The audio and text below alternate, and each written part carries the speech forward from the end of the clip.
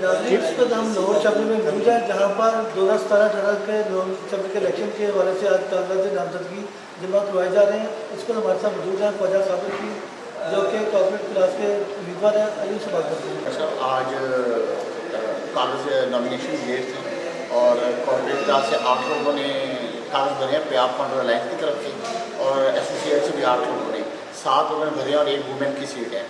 इंशाल्लाह ताला प्याब fund alliance की काविश है कि उन्होंने अपनी तरफ से बहुत अच्छे सिलेक्टेड लोग लिए हैं जो कि बिज़नेस कम्युनिटी की खिदमत कर सके और इंशाल्लाह ताला जो बिज़नेस कम्युनिटी के प्रॉब्लम्स हैं उनको सॉल्व कर सके।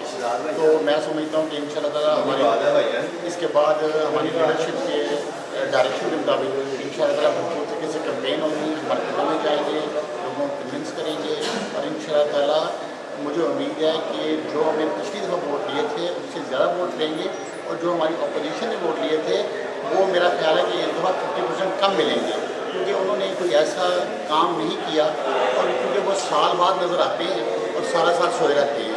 और प्याब फंड अलायंस ने हमेशा ताजरों की खिदमत की है और हमेशा भरपूर तरीके से उनका साथ दिया है, उनके मसले मसाइल हल करने में उनका भरपूर साथ देते रहे हैं। और इंशाल्लाह ताला अब भी हम इस तरह हैं कि हम अपनी ताजर कम्युनिटी के साथ हैं और उनके मसले मसाइल हल करने के लिए हम चैम्बर के प्लेटफॉर्म से हर मुमकिन कोशिश करेंगे। बहुत शुक्रिया।